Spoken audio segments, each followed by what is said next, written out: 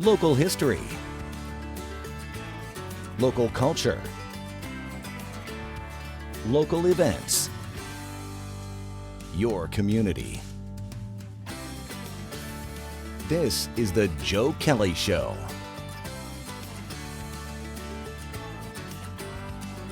Hi there, everybody. Welcome to the show. Thanks for joining us. Our guest is State Senator Joe Griffo. He's the senator from the 53rd now. The last time you were here wasn't the 53rd. It's changed around a lot. It was 47, now 53, yes. Yeah, and we'll talk about that in a second. We're going to talk about a variety of state issues, and there's a lot of things to talk about. But before we do that, we'll say welcome. Thanks for coming in. Appreciate it. Always a pleasure to be with you, Joe. Thank you. Nice new studio, nice new digs. Isn't it nice? Yeah. Before we talk about state issues, I got to ask you on a personal thing, if you don't mind. I know you're just back from Ireland. How was the trip? That was outstanding. Second time that I've had the opportunity to visit Ireland. Went with the Irish American legislators at our own expense. And it was great to tour the countryside, Belfast, Dublin, Cork, and Killarney, and a bunch of other of the great regional assets of Ireland there. So it was great trip. And I know you talked to the president of Ireland. Yes. Back when, and he knows about UTICA, yes? Yeah, absolutely. President Higgins, I think he's coming close to the end of the term for him, and we did not see him this time, but the last time I was there, we got to visit with him at the presidential residence, and he actually was impressed and mentioned in his remarks how UTICA had started a new Irish cultural center dedicated to the Irish and the contributions they made to the community and the state. So yeah, very much aware, and I think he sent a nice letter here. We were working with the Consul General's office in New York City, and when they had an event here last year, they'd sent representation up in a nice letter from the president to the community. Back to local issues, a lot of things in the news lately. The new hospital had their, I don't know, did they cut a ribbon? Yeah. It was actually very entertaining that day. I think very exciting. Steve Wynn was there, the governor was there, along with the county executive and Darlene, the CEO, and Linda Romano, and a lot of people who have, Gilroy, they've all come together to help raise money in this community. We've been very fortunate. The head of the board there, Craig Evans from the various community organizations that have been involved in everything. So it was a good group. It was a wild presentation, very exciting, very fitting, I think, for the name, the Wynn Hospital, right? Tell people why it was exciting and wild. Well, it's kind of like we were on the Strip in Vegas for a while. They Cirque du Soleil or something? A version of Cirque du Soleil coming down the building of the hospital, as well as a lot of confetti and fireworks and things of that nature. But the point that was made, and I think that's the essential point that we need to understand, is that's bricks and mortar, and it's good to call attention to that, and it's brand new, and that's one of the newest, obviously, constructed in the state, maybe in the whole Northeast or country. And it's got state-of-the-art material in there, right? State-of-the-art fixtures that will be needed, relative to x-rays and MRIs, things like that. All the machinery is all state-of-the-art. But the most important aspect is going to be the people, the medical staff, the support staff, those that will be working there providing quality acute care for the people of this region. And I think that's the essence and the most important aspect of what we're going to see at the Wynn Hospital. A lot of state money in that project, yes? Oh, absolutely. The first seed money came from the state of New York. Back then when Scott Pera and his board, Judge Siegel, whoever, I can't remember, was on, they did a lot of work on trying to consolidate, to show the state of New York on merit that we recognized that you couldn't do this alone anymore, and you had to bring all these hospitals together, and that wasn't easy. And then the vision was one new facility to serve this region. And we went to work. There was a $1.5 billion allocation for hospitals. It was a unique thing, mainly I think because there was some special needs in the city. So 750 went down there, 750 upstate. But at the time, the former governor earmarked $300 million, for the Utica area because of the plan that the Mohawk Valley Health Systems had proposed. And then Assemblyman Brindisi at the time and myself had to go to work to deliver that money, working with County Executive Pacenti and local officials. We had a great team. And we were able to deliver that money, and we had a couple hiccups where they tried to take it at one point, but we were able to reestablish and recommit that funding. After, I think, 2016, there was never any issue, and then they were able to move forward. And they've done a tremendous amount of work in raising money and also in getting Steve Wynn, who became a benefactor to his hometown, and talked about that in his comments there, too. He had a bingo parlor up on, his father did, a bingo parlor up on Oneida Square. That's what he was talking about. He had some great comments about his dad and mom and what this community meant to them and to him as he was growing up. And this was an opportunity, and it was a significant contribution of over $50 million from individually. You mentioned the former governor. I'm going to change gears on you here. You mentioned the former governor. I've seen him on TV a little bit in recent days in a couple of newspaper articles. What do you think is he going to make a comeback, or have we seen the last of him, or what's your gut feeling? Well, knowing his personality, I don't think you've seen the last of him, particularly in the manner in which he left office. So I think you will see him engaged and involved and present himself in some format. Just don't know how that will happen or where it will happen. But yeah, I don't believe you've seen the last. Knowing his personality. Yeah. Pretty aggressive guy, isn't he? Yeah, he was very aggressive and managed the government and really went out in a lot of different directions in order to try to change the direction of the state at the time. Didn't agree with all of the policies, and particularly when you look at the pandemic and what happened and how it happened.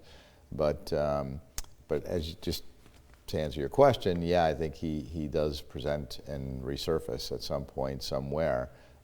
He's engaged now in a variety of ways too.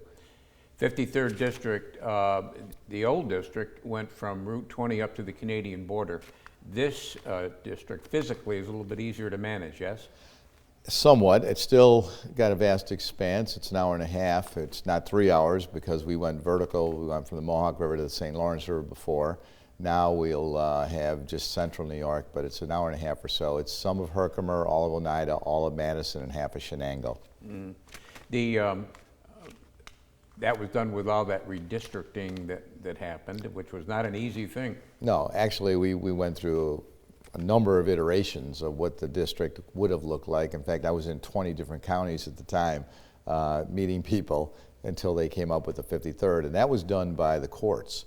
If you recall, we challenged, because we have a constitutional amendment that we had passed, the people of the state of New York, along with the legislature, saying that we don't want to go to the old partisan gerrymandering, but you want to take a different approach. And when that didn't work, they reverted back to the old gerrymandering where the legislature drew the lines, and as a result, we're taken to court, and the courts concurred. The highest court of the state of New York said, no, this has to be redrawn. They hired a special master who came from, I think, Carnegie Mellon in Pennsylvania, and drew these lines, congressional, Senate, and now Assembly, too. Okay. State Senator Joe Griffo is our guest. He represents a better manageable district, I think. It was kind of tough to get up to that Canadian border. But he's been the state senator, if I recall my history correctly, since 2007. Correct. And we're going to be right back. Short break. Stay with us.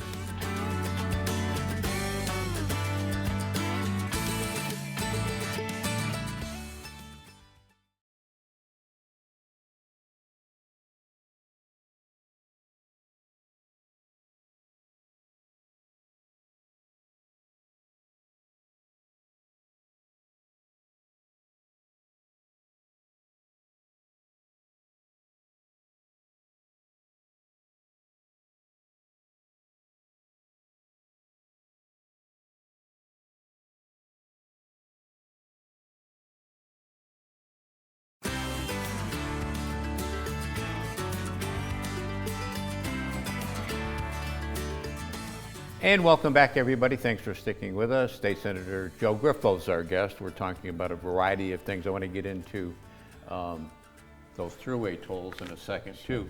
But let me see if I can get the genealogy correct, and I know you'll gently correct me if I leave something out or get it wrong.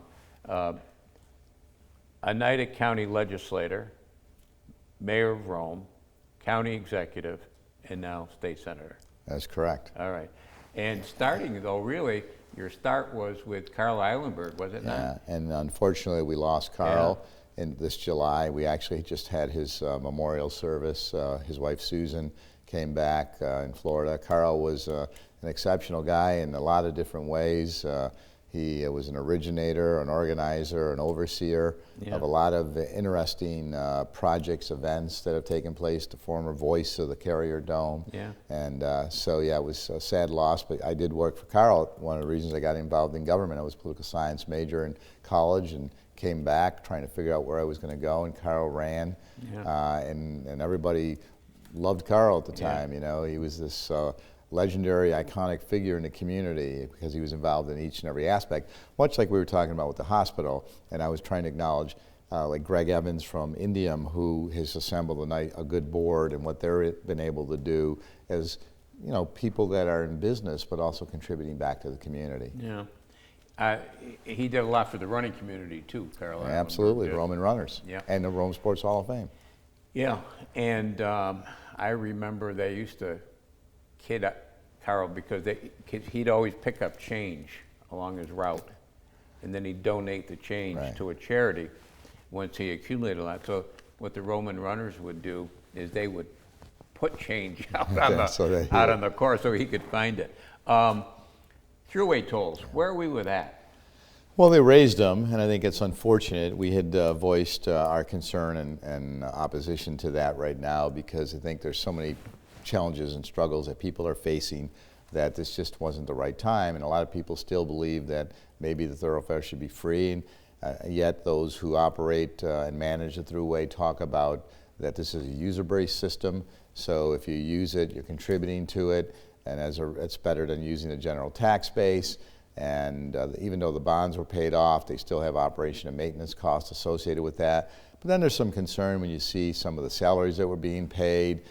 So I'm actually going to be proposing very shortly that we have a comprehensive review of the throughway, re-examination, maybe the reestablishment of a commission that talks about what it is, what it should or could be, similar to what happened with Governor Dewey when he designed and proposed the throughway in its inception.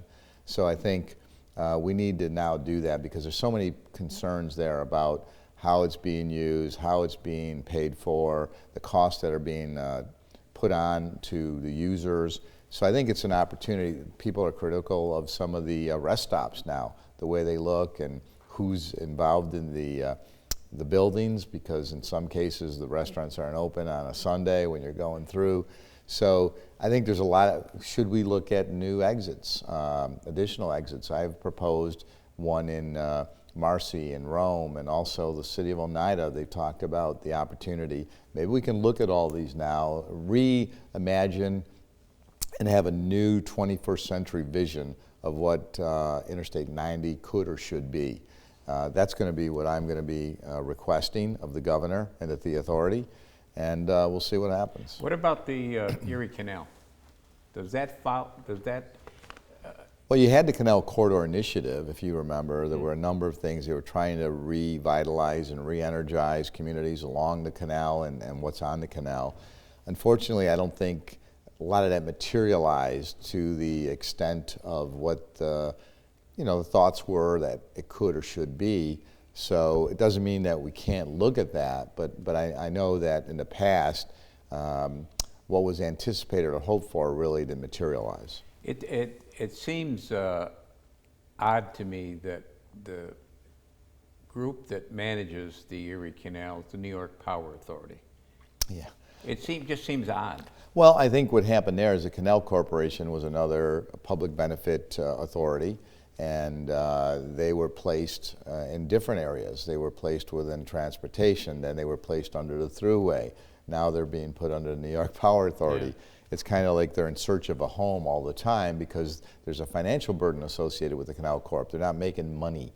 So they're putting them in places where, and the Power Authority used to generate revenue. In fact, a lot of times it was raided and put into other, their surpluses were redirected into other agencies and departments of the state. So they were called sweeps, where they would sweep some of the money.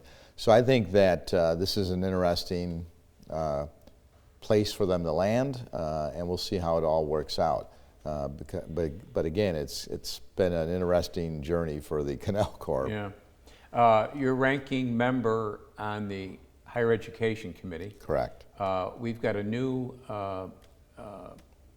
head of SUNY Poly. Yeah, absolutely. Just met him yesterday. Roanne DeStita, who is former Assemblywoman and former Commissioner of General Services, very involved in our community, still serves as the chair of the College Council here. I think that's been a good thing because she's got a lot of knowledge and information about not only the university, but the role that it could and should play within this region. And the search went on, and for the first time we have now a permanent president, and just met him. He's very talented. I think he seems very committed to the area, so I'm hopeful that through his presence now and working with the local officials in government as well as community leaders, that we can ensure that SUNY Poly is not only strong here for the future and offering a lot of opportunities for students, but also can play a key role in the economic revitalization of the region. The committees that you're on, I can't remember them all, but is there a committee that you'd like to get on? No, actually, we've gone on less because in my leadership role, I serve on the senior committees of the Senate, the Rules Committee and the Finance Committee. And then I've served now as a ranker on higher ed because they needed someone, and we have a number of universities in the district. In my district alone, we'll have Colgate, we have Morrisville, you have SUNY Poly, Utica University, Mohawk Valley Community College, Hamilton. So there's a lot of colleges in the universities in the district. So I took on that role because there was a need in our conference, and I serve on transportation currently. But in my role as the assistant minority leader too, we do a lot of different things. So yeah, when does those committee assignments come up? Does that come up when you go back? Each term. So when you begin a term, you'll be assigned seats on committees. And the next term will be early January? No, that would be 2025. Oh, so the term is a 2-year. It's a 2-year cycle. The session is in January. The regular legislative session runs from January to June, full time, then back and forth depending upon the call. You could be called back by the leader of the Senate or the governor. And so the sessions change, but the term of office is every 2 years. All right, immigration is a big topic too. Yeah. When we come back, we'll talk to State Senator Joe Griffo about that. Short break, right back.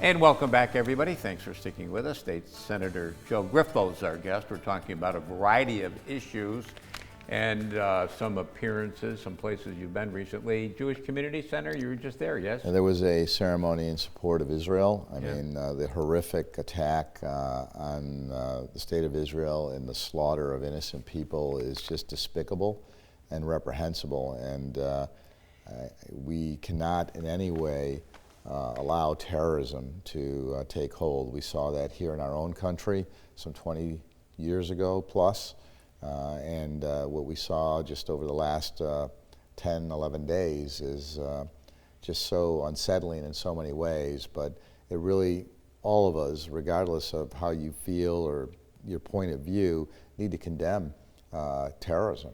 and we had an opportunity to speak to over 200 people, I think, were gathered that night. And obviously people seek peace, but also there has to be a condemnation of terrorism, and we stand with Israel.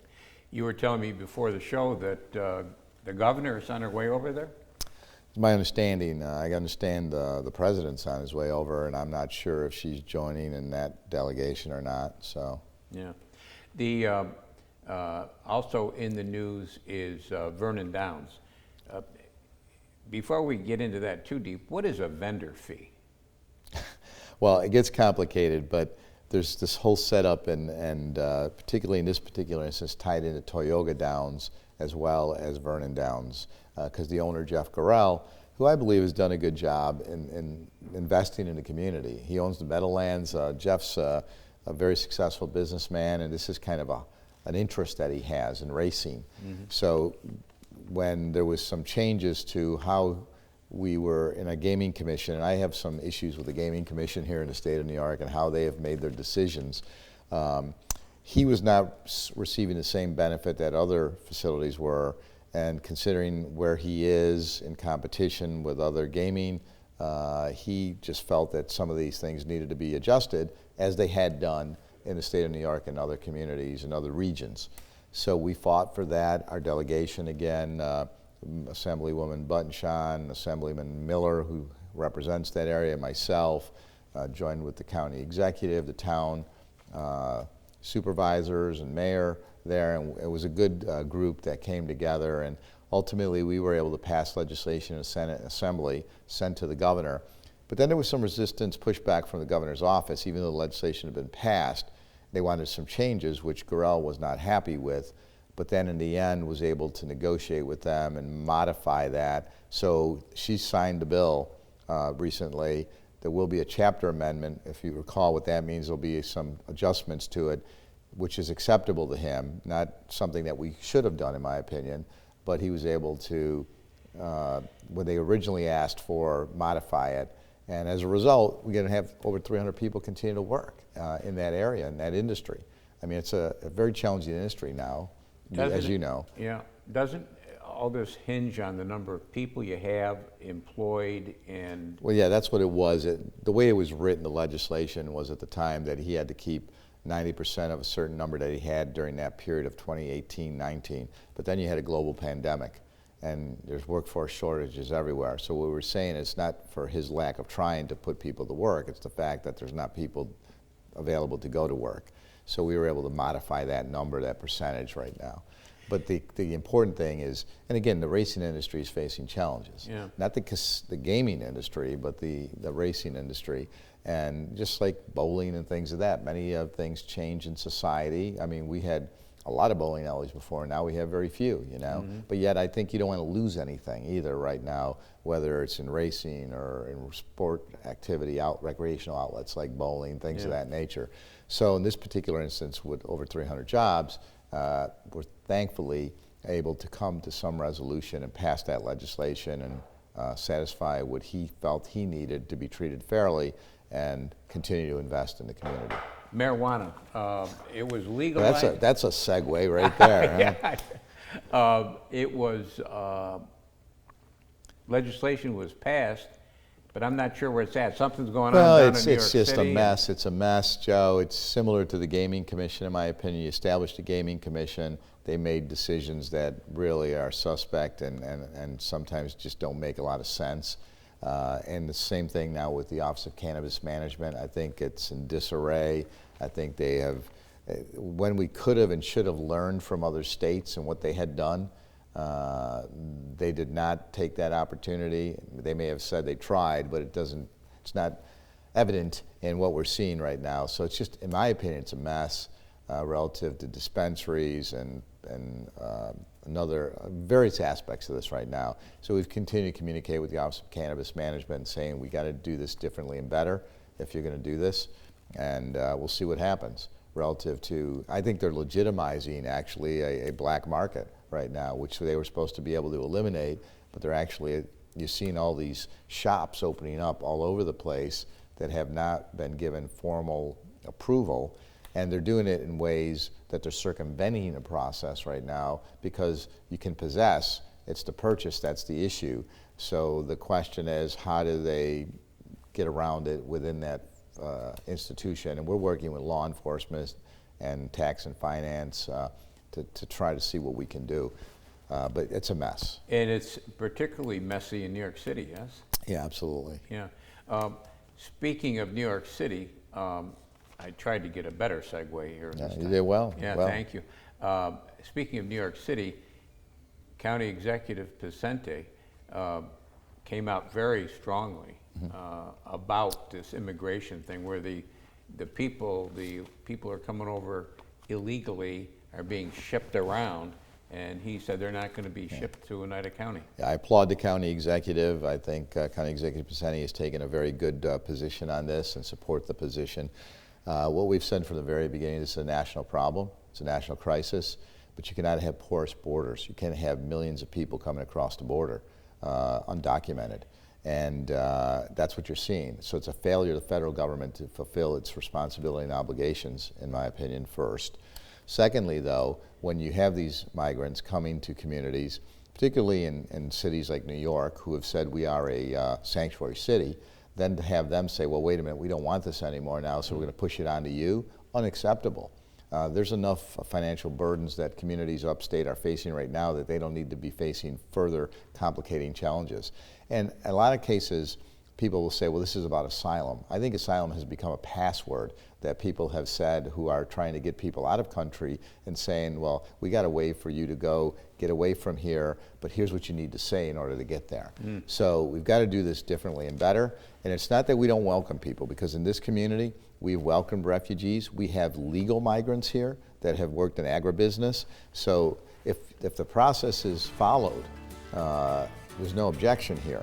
The problem is this is just randomly just coming across borders. Do it the right way. Right, do it the right way, and the federal government needs to get its act together. Thanks for coming in. I know how busy you are. My pleasure. All right. That's going to do it for us this week. We'll do it again next week. Don't forget cnyhomepage.com. There's a lot of good stuff there. Until next time, take care of yourself, everybody.